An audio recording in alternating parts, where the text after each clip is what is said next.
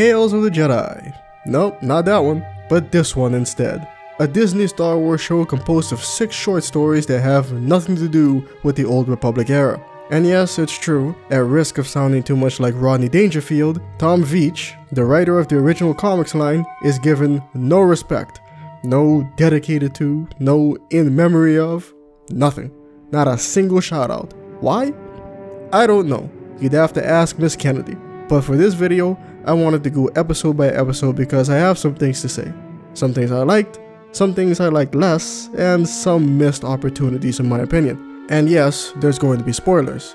That said, however, episode 1, Life and Death, is honestly an episode that might as well not even exist. If you haven't actually seen the show yet but you're watching this video, then 1, thank you very much.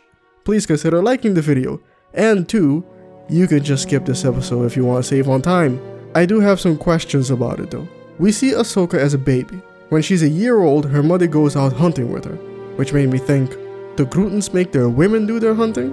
And with their infant children? It seems like a tradition.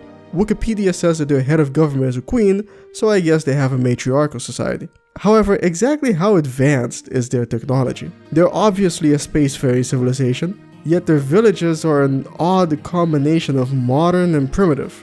It's something we've seen a lot throughout Star Wars, but it's always perplexed me. Their houses are made of stone and wood. Inside their homes they seem to have beds, I think, wooden shelves, and clay pottery.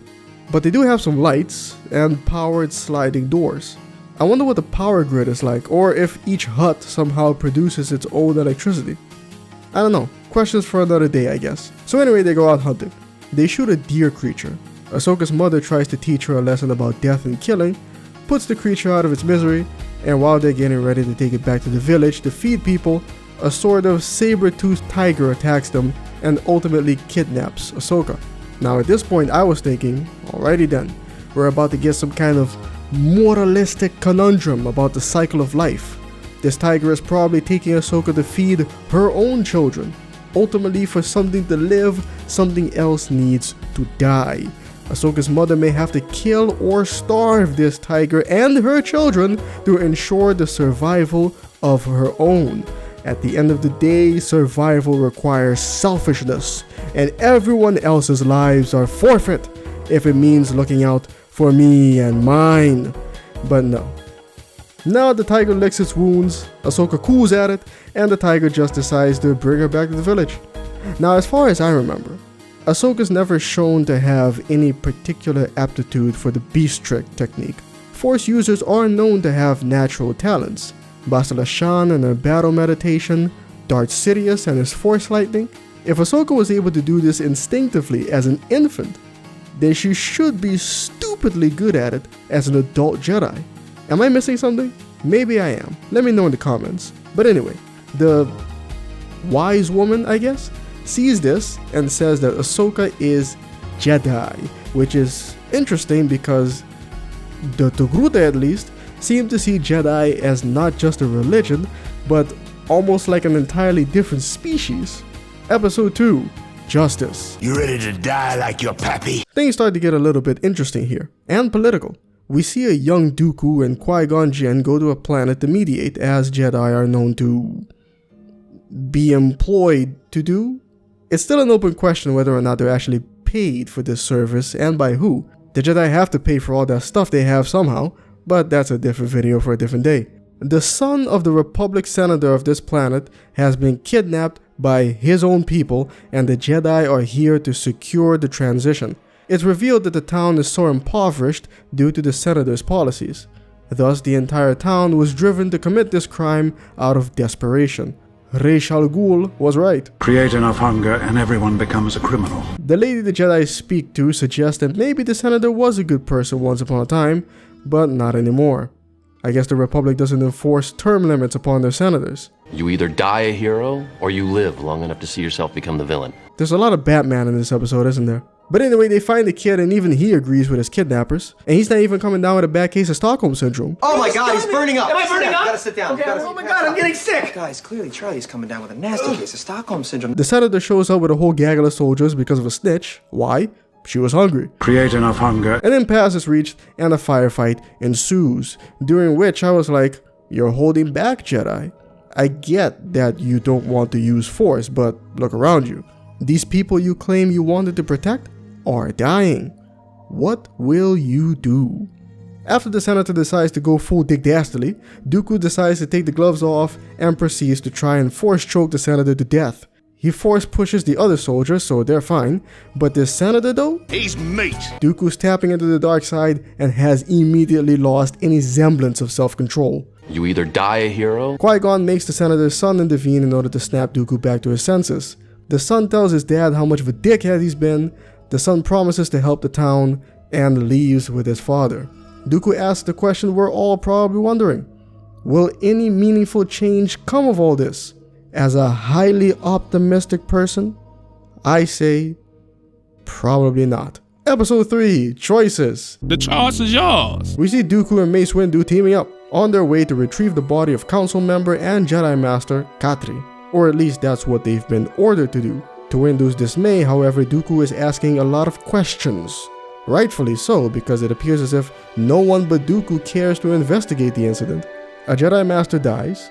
The senator involved reports it was due to an ambush by rebels, and case closed. Enough said.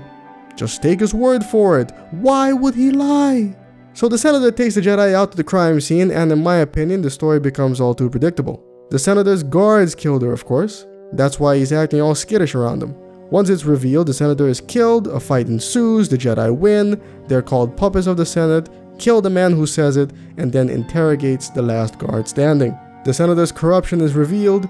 Dooku asks a question that, at least to me, has a very obvious answer.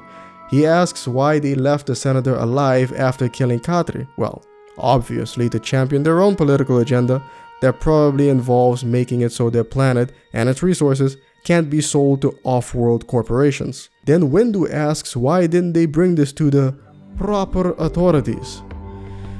Windu, what proper authorities? Even if they told, say, Katri, they told the Jedi, what are you gonna do about it? Write the senator a strongly worded letter? You don't actually have any political power, nor are you law enforcement, and even if you were, the senator wasn't actually doing anything illegal. On the way out, Dooku asks Windu if the Jedi can keep peace by taking everything the Senate says as law. Windu responds by saying that the Jedi are guided by the Council and not by politics or ego. Now, Master Windu, I have no doubt that that is what you want to believe, but all evidence points to the contrary. We heard at the beginning of this story that the Jedi Council, even at the death of one of their own, were more than ready to take the senator's words as face value and call it a day. Back at the Jedi Temple, they converse again, this time about Windu being offered a now open seat on the Jedi Council. Windu tells him that it's because he followed orders. Dooku is seemingly being punished for solving the death of Jedi Master Katri by conducting an investigation that the Jedi Council never wanted to happen. I can only imagine what's going through Dooku's mind. Oh, they don't want quote-unquote free thinkers on the council. They just want people who will toe the line, just follow orders, and won't rock this boat. The Jedi want slaves.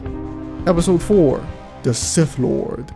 The episode takes place during the events of The Phantom Menace, and we see Dooku deleting all archive data of Kamino. Which made me wonder if the Jedi Archives had an IT department, because in episode 2, maybe Obi-Wan could have had them look into it, and maybe they could have been like, Hello, IT? Have you tried turning it off and on again? Okay, well, are you sure that it's plugged in?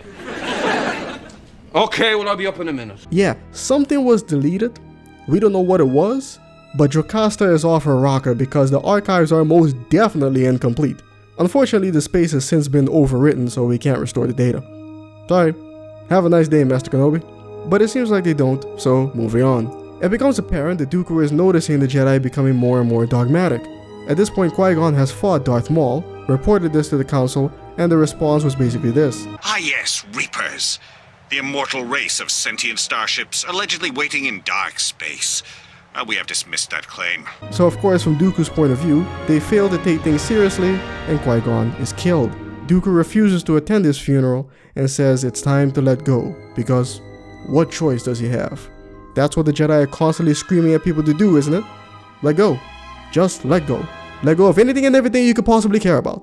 All this build-up leads to what we already know happens to Dooku. It's a story as old as the Jedi Order itself. A somewhat unorthodox Jedi comes along and says, "Hey, we might want to do something about this."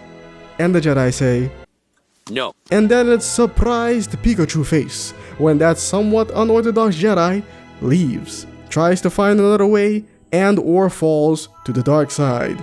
So anyway, Dooku leaves to go meet with Darth Sidious. Dooku asks Sidious if he questions his loyalty. Sidious says, "Always." That fits. Distrust is an effective shield and should be carried always. Yaddle confronts them, tries to convince Dooku to take down Sidious, fails, and a fight ensues. Yaddle continues to try and fail to persuade Dooku. Yaddle appears to be crushed by a door, but she uses the Force to push it off. Some symbolism is used with the light coming in from outside, and Yaddle falls on the inside of the facility in front of Dooku. Tired and helpless, she tries, in vain, to give one last-ditch effort to make Dooku see things differently. But Dooku ignites his lightsaber and whacks her with it. And that was the end of Yaddle in the Disney continuity. I wonder how she died in Legends. When a terrorist deployed a bioweapon that would have destroyed an entire city, Yaddle absorbed the weapon's effects, sacrificing her life for countless beings. Episode 5. Practice makes perfect. We sitting here, I supposed to be the franchise player, and we're in here talking about practice. I don't really know what to say about this episode. I mean, Obi-Wan has a mullet. Kanan Jarrus, aka Caleb Doom, was there for some reason. Basically, the episode shows us how Ahsoka became so good at blaster bolt deflection. Anakin got Rex and some of the other boys of the 501st to surround Ahsoka and shoot at her until she got good. So Anakin basically indirectly made it so Ahsoka would survive Order 66, which the episode fast forwards to at the end. It may have also contributed to why Ahsoka started using 2 lightsabers. Episode 6, Resolve. Note, I never read the Ahsoka novel. This episode is basically about a Jedi trying not to Jedi. After attending Padme's funeral, Ahsoka retires to a farming village, and a girl is about to have a mass of hay bales fall on top of her. So, what will this self-proclaimed non-Jedi going to do? You know where this is gonna go. I knew where this was gonna go, and so did Cal Kestis. She uses the Force to help the girl and exposes herself. This starts a whole chain of events where the town dickhead finds out and reports her to the Inquisitors. Ahsoka and the girl go out to sell the hay, and while they're away, an Inquisitor shows up, doesn't find the Jedi, gets pissed, and burns the town to the ground, killing everyone except for the dickhead and the father of said dickhead and the aforementioned girl. Now, I like this Inquisitor, and by that I mean I liked his design and the voice, all very menacing. However, just like all the rest, this Inquisitor is also a bitch. A dumb, weak bitch. He probably lived like a bitch, fought like a bitch, and he died like a bitch. First of all, I get that you were pissed when you thought that you were lied to, but then you were gonna kill the dickhead anyway. It is valuable to have the reputation of, we reward people who expose Jedi. This doesn't help with that. Secondly, I understand that Ahsoka is a war veteran. All that experience has made her a formidable opponent. All the more reason you can't have just anyone go Jedi hunting. Was this Inquisitor somebody's cousin or something? Where are they getting these Inquisitors from? If it was just this one, then sure, okay, Ahsoka's just that good. But every single one of them are so weak. It's a criticism I've had of them for a while now, and since they already blew their load with the Grand Inquisitor, there's really no changing them at this point. But yeah, that's it. It's really the Dooku episodes that are of any interest. I kinda wish they had just made a full show about him, and maybe next season, do a different character. Quinlan Voss maybe? Do some more obscure characters. And maybe it's not too late to change the name of the show.